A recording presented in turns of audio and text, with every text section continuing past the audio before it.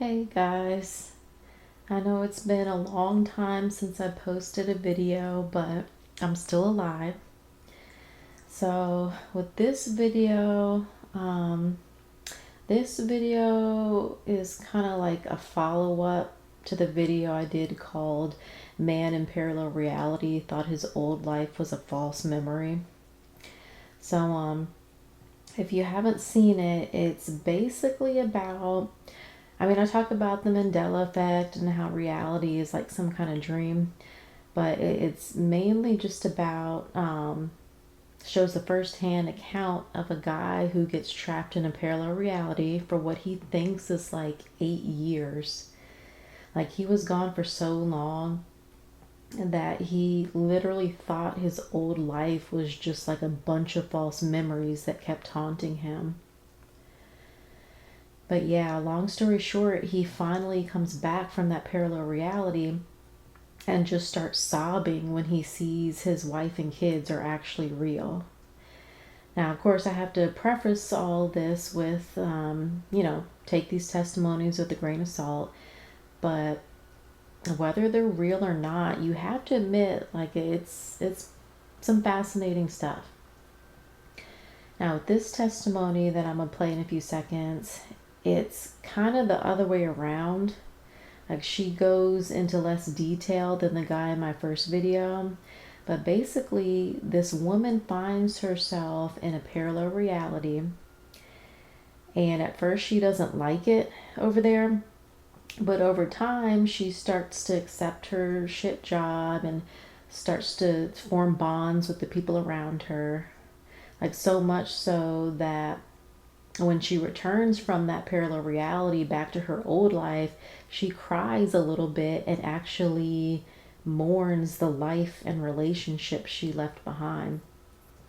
Um, she said she spent at least 2 years living in that parallel reality. So watch this clip. Year 2016. The location, Northern Ontario. I was in the basement of my partner's house. He had basically the whole basement to himself. There was an area with a ping pong table and some couches. In his room, there was sort of like two separate sections, and in one there was his bed, and then in the other there was like these sets of like bunk beds. We had a gram of 20x salvia. I'm not sure how long he'd had it for or where he got it. I think I'm supposed to know those things, but they're gone now.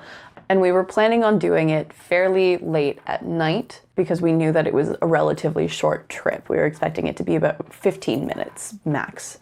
So we packed it into a glass bong. I think it was like a tall beaker bong, cushioned with weed on either side. And we had this like crappy torch lighter from the dollar store that I'd borrowed from my roommate. We were gonna try taking 3 quick hits back to back. That was the method we were gonna use. So I laid back in the bed and I had like the glass bong in my lap and he was next to me, ready to like take it from me. And I took my 3 quick hits and the smoke was like sharper than weed smoke, which I wasn't expecting to feel the sharpness like through my mouth and my throat and into my lungs. And after the first hit, like as I was getting ready to take the second, I started to feel that sharpness like expand from my mouth and throat and lungs sort of into the rest of my body. But I was invested, so I kept going. And I took my second hit. And after that, even though it was fairly dark in the room when we started, we didn't have many lights on, it started to get even darker and turn sort of this like bluish purple. And the sharpness expanded to this intense feeling of pins and needles all over my body, like when your feet fall asleep and then you get blood back in them and it suddenly feels like you're being stabbed 1,000 times. But like all over my body. It was on my face, it was on my eyeballs, it was in my mouth, it was like under my fingernails. It was this really unbearable sensation, but I took that third hit anyway because I didn't really know what else to do at that point. I didn't think it was gonna go away if I didn't take the hit, and I wanted to see what happened next. I don't remember handing the bong off. As the pins and needles intensified, I began to feel this force pushing me back against the bed, like I was it was stronger than me. I couldn't lean forward. I remember seeing like open up in front of me this sort of like tunnel through the wall. It seemed to be like just in front of the wall where it opened up and moved through, but not like looking into the next room. It was this strange dark tunnel lined with like rings, almost like the rings you'd see down like a worm's body, but inverted, like you could go through it. And I felt myself being like sucked like off of the bed and through this tunnel. And as I began to fly into it, still feeling like supported by something, even though I couldn't feel or see the bed anymore, it felt more like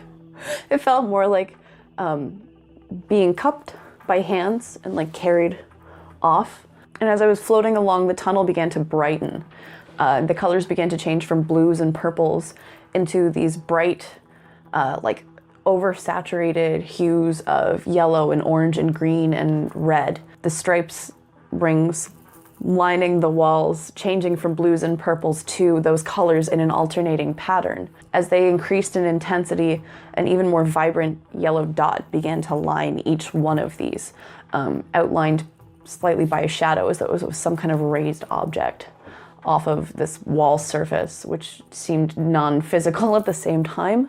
So I'm being carried down this tunnel, and I see ahead of me a place where another tunnel kind of converges with mine. And as I approach it, I see coming down the line, I began to see a circus train full of all these open boxcars carrying these intangible creatures. I could sense their energy and their aliveness. However, they looked like the boggarts in Harry Potter, where their form was just shifting constantly, and you could maybe for a second see this object or that object in it, but it would be gone before you even had the chance to really process what it was. It felt like a cross between the boggarts and Google's Dream View. As our paths converged, I was pulled by these creatures into the train, and they were all repeating some variation of like, come join us, you're one of us now, you're with us.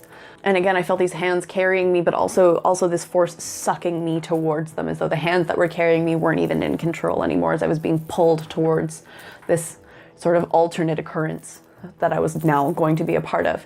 And so I rode this circus train and felt myself being grabbed all over by hands and held into place, into this place in space, and I don't know where. And we rode along the tunnel for a brief amount of time that also felt like a long time, until we opened up onto a circus field where the circus was still being set up. It wasn't like active yet. And all of a sudden, things began happening really, really quickly, as I was told, you're going to work for us now. You're going to be our bitch. You're going to do all of the shitty work that nobody wants to do, and you're going to be happy about it.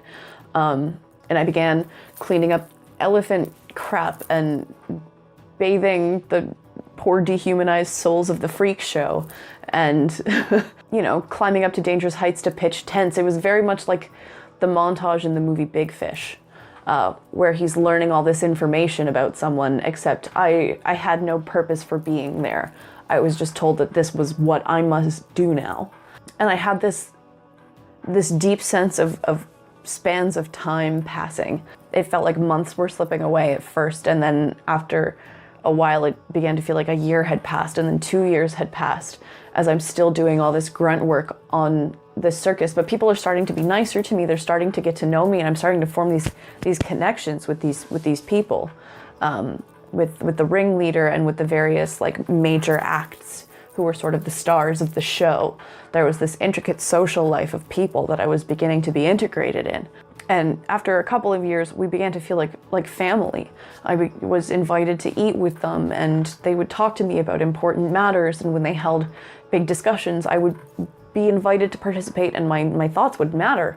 And I just began to feel very deeply integrated into this experience. And at some point it crossed my mind, like, hey, didn't this all start when I like took some salvia or something way back when? Like, how did I get here? How has so much time passed? And I just forgot about all of that.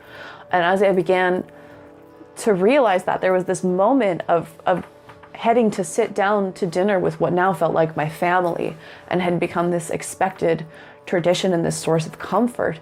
And I see myself walking down this hallway towards the dining room where they're all sitting.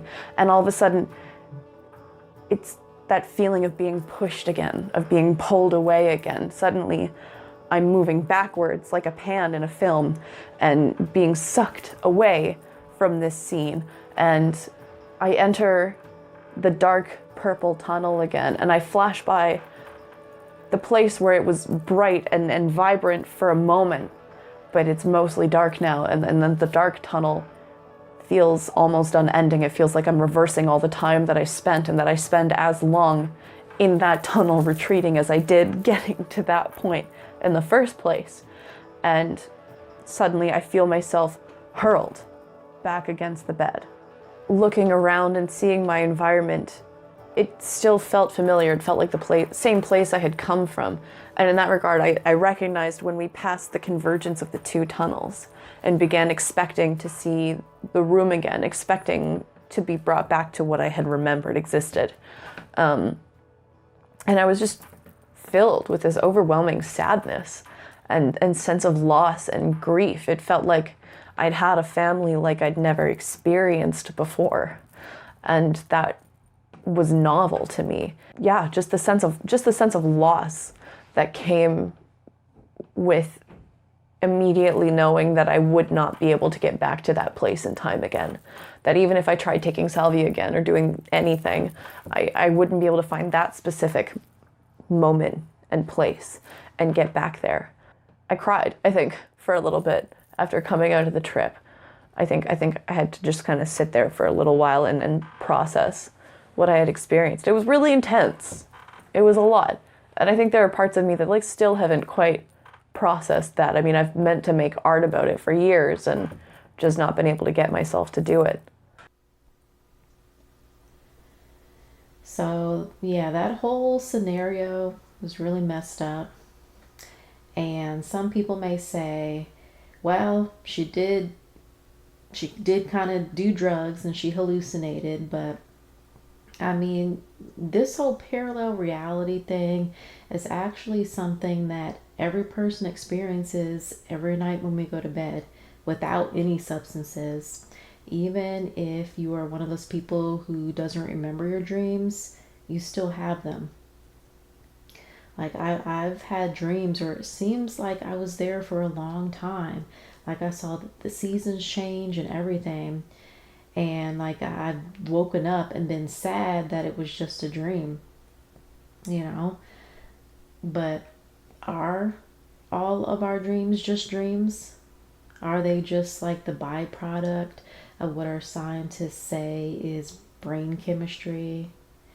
I mean, quote unquote, science still can't fully explain what consciousness even is, yet somehow they have the answers for what dreams are.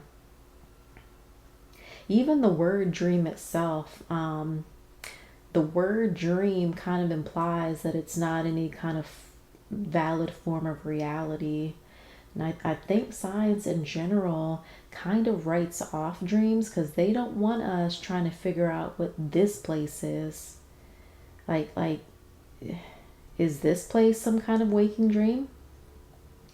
And if we ask that question, then after a while, we have to ask, what is this? Whatever this is, is this the base reality? They say this is the real world, but those of us who've been affected by the Mandela effect, which is actually everyone, everyone is Mandela affected. So let me reword that. I'll say those of us who acknowledge the Mandela effect know better. We know there was a base reality that we once lived in. Sometimes I wonder, what if reality itself is more like a consciousness Mandelbrot? I don't know if I said that word right. Mandelbrot, made up of never-ending layers of realities or worlds. And that would make sense if you believe in the immortality of the soul. Like, we don't die, we just merge into another reality. And which reality we go to could very well be based on how high or low our overall frequency is. Some religious people refer to these other worlds as heaven or hell, and some of our scientists call it quantum immortality. But yeah, I just want to know, like, what is any of this? And I don't know, I really think it goes back to consciousness. I know it does. And I don't even think consciousness is a product of the brain anymore. I think it's the other way around. I mean, the Gateway papers talk about how the brain is actually a product of consciousness. So I want to show a clip that talks about the connection between DMT and salvia, however you say it, and these parallel realities. It's really interesting. But I think the one thing they get wrong in this interview is how they just kind of assume that the brain creates consciousness. So don't let that part of the clip kind of turn you off. And keep in mind, the guy who's being interviewed is a neuroscientist. So that's just kind of the paradigm that he has to work with. But again, I think most likely the brain is a manifestation of consciousness, probably some kind of universal or cosmic consciousness that can transcend what we call space and time. The place people go when they do these things, like whether it be DMT or psilocybin or anything, is it things that are already there, like invisible, that are just becoming apparent? Or is it just the mind like turning inside out on itself? Okay, so this is the central question that I've been wrestling with for the last 20 or so years, right? We don't know the answer to that question, but there are a number of explanations for the DMT experience. First of all, when you smoke DMT, when you take any psychedelic, it's the world model that changes. What psychedelics are doing is they are interacting with certain receptors in deep layers of the cortex. The cortex is the outer layer of the brain that constructs your world model. And the classic psychedelics, so that's DMT, LSD, psilocin from psilocybin, they interact with these receptors and they perturb the world-building machinery. And they allow your brain to construct a different model. So the model changes. The structure and the dynamics of the model changes. Now, with a low dose of something like psilocybin mushrooms, the effect can be relatively subtle. You get kind of an altered model of the normal waking world. It's more fluid, it's more dynamic, it's more sensitive to incoming sensory information in that state. But with DMT, something quite different happens. Terence McKenna used to call it a 100% reality channel switch. Your brain it's not just an altered version of the normal waking world, but it's a completely different model of reality. It's like switching the reality channel. And the question is, and it's a really difficult question to answer, but it's the kind of the orthodox explanation for this is, it's your brain is just making it up. It's a wild cortical fabrication. But that's never made much sense to me, because we know that the brain wasn't dropped to Earth ready to kind of construct worlds. The brain evolved to construct the normal waking world as a model of the environment. This is the world your brain knows, has learned, has evolved to construct. It knows how to construct one world model, right? So then you ask the question, well, how is it then possible that when you perturb the brain with this simple plant alkaloid, it suddenly becomes capable of constructing entirely coherent, inordinately complex, hyperdimensional worlds filled with seemingly hyper intelligent beings, where did it learn or evolve to construct these realities? It's confounding to me even from a neuroscientific perspective. It's like, imagine a young American child who only speaks English, and a 5-year-old or something, suddenly wakes up and starts speaking fluent Siberian Yupik or some South African click language.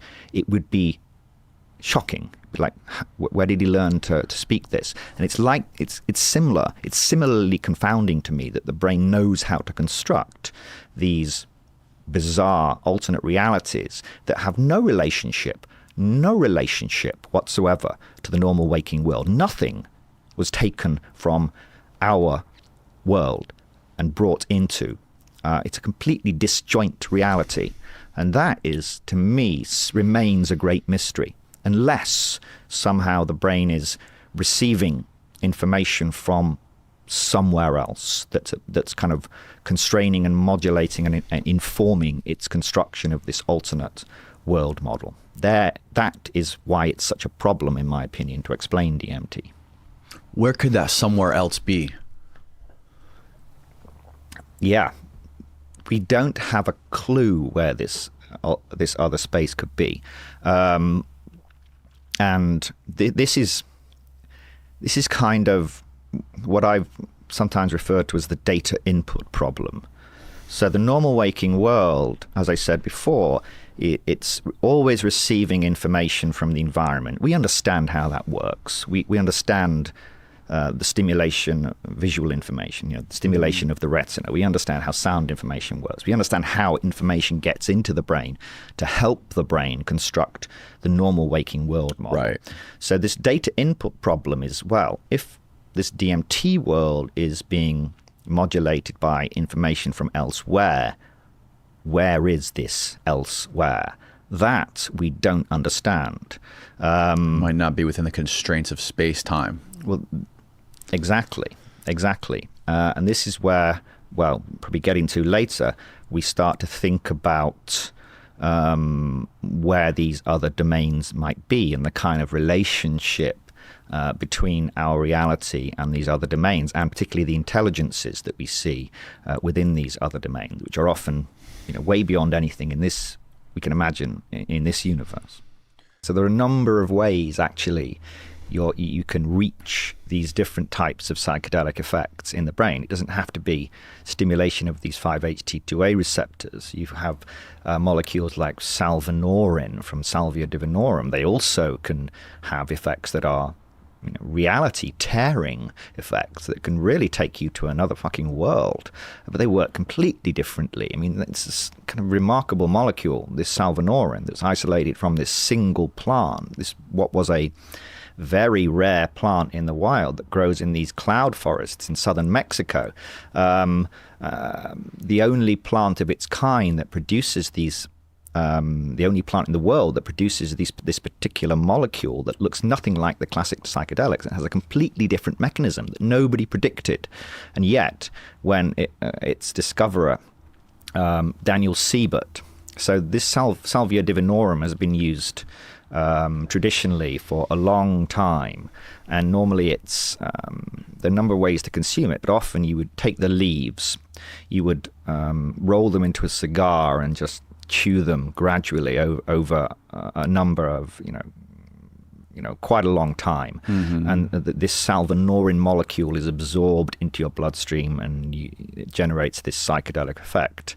But we didn't know until I think it was the early 90s what the kind of the psychedelic component was of this molecule. And Daniel Siebert, who's kind of a salvia aficionado, he's the man when it comes to psychedelics. He made this extract of Salvia divinorum, a very pure extract, it turns out. He didn't know this at the time, but it was like 80% pure salvinorin. And he smoked just a small amount, a couple of milligrams, what seemed to be a small amount. And he was instantaneously catapulted. He was taken out of his body. He found himself in these impossibly strange worlds. He was his reality was torn apart, obliterated in a second. It was a horrifying experience for him, but he developed, he discovered the psychedelic essence of Salvia Divinorum, so in many ways he was elated. What else did he say about that world? Well, he describes it. You can find it on the internet. I forget the details, but so the thing about salvia or salvinorin, particularly the isolated molecule, is that it's very different to DMT. It takes you to, like DMT, in high doses, it takes you to incredibly strange worlds with a very strange kind of geometry, populated world filled with intelligent beings, often more malevolent. There seems to be a greater propensity for negative experiences with salvia. Most people don't like it. Most people who do purified salvinorin never repeat their experience. Some do. Some proper kind of psychonaut head cases, they really kind of get into it. But he found himself being propelled through many different types of worlds, over about 15 minutes, impossibly bizarre worlds, until finally he kind of came back. But what's kind of, I think, quite frightening about deep salvinorin states is what I call existential absoluteness. Once you're in that space is all that's ever existed. Any memory, any connection to your humanness in this world is gone. It's completely gone. You've no memory of it. You've no memory of ever taking a drug. Nothing has been brought with you. You're in this space, and you've always been in this space, and you will always be in this space. And to me, that thought is horrifying. Not having a thread back to reality, or should I say, well, not having a thread to the normal waking world in your existence prior. So I'll just say I've never done salvia, and I don't think I would ever have the nerve to do it. Although I will say, maybe if I got diagnosed with a terminal illness or something, maybe then I might try it. But yeah, if I got diagnosed with a terminal illness, I would say probably all bets are off, and I'm just gonna do everything, and I'm gonna eat everything too.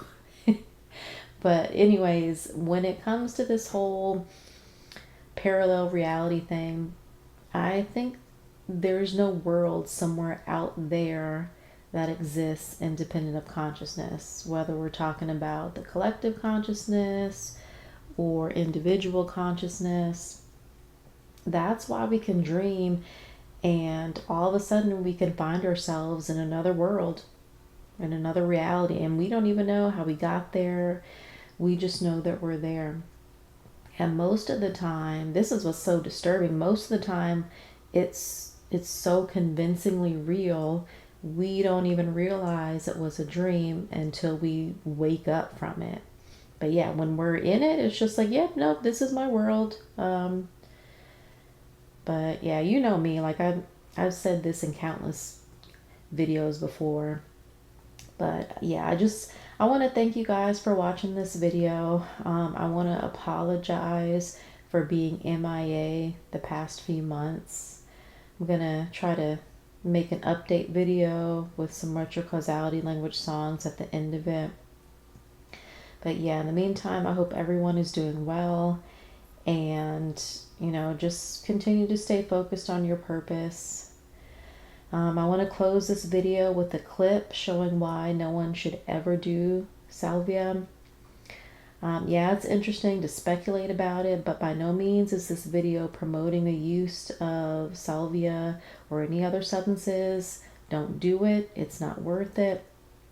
I actually have a comment someone left on the video I'm going to play. So I'm going to read this comment and then close with this clip. Not to try to embarrass the individual, but to just, use what he went through to try to stop other people from seeing what he saw, because obviously he saw something that he can never unsee.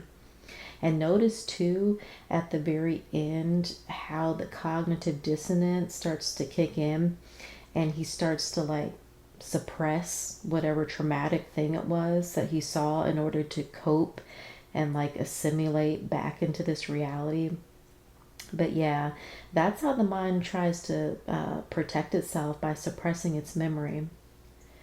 But the comment says, quote, let's see, where is it? Quote, I did Salvia 100x about 2 weeks ago. I understand why he cried, but when I did it alone, and when I looked around the room, I felt like I wasn't in my room or my house. I felt like nothing was mine. Someone was coming to get me, to look after me or something. It's still to the point to where I don't remember most of what happened, but I recorded it. The downside, I kind of feel like I'm not all there memory-wise still after doing it. I dumped it all out in the toilet once I was done. I didn't trust the resin, so I threw away my piece and bought a new one. All in all, Salvia is a hell of a trip. No two trips are the same, unquote. And that was a comment left by someone named Terry Barron Jr., 8367. Get the fuck out of here! You good, bro? Get the fuck! Quit playing!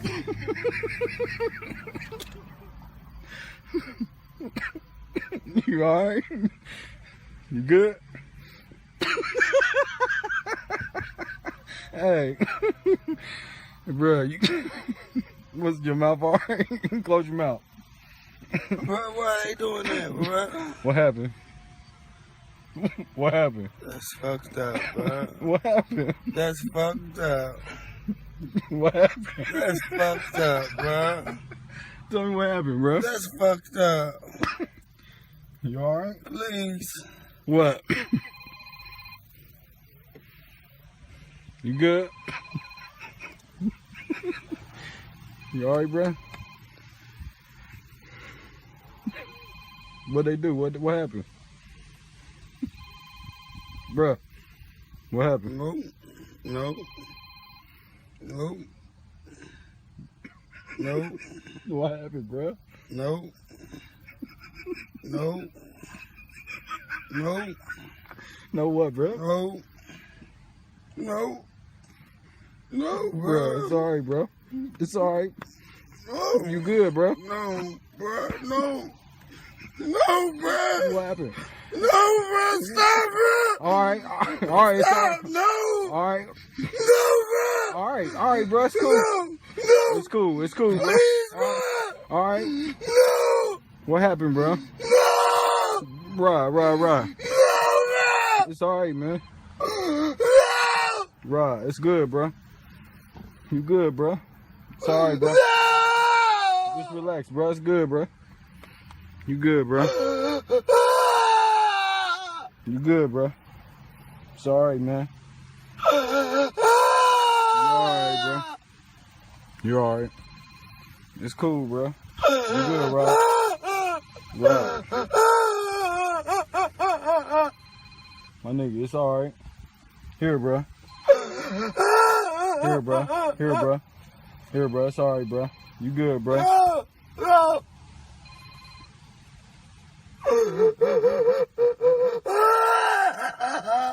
Right, it's alright, bro.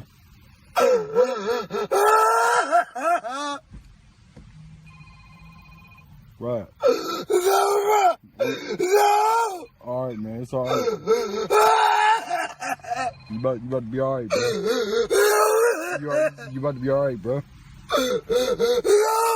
No, Bro, bro. you about to be alright. You about to be No, alright. bro. What's wrong? What's wrong? No. What happened? No, What happened, bro?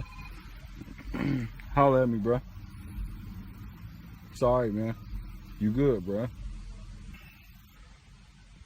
Nah. Nah, what, bro?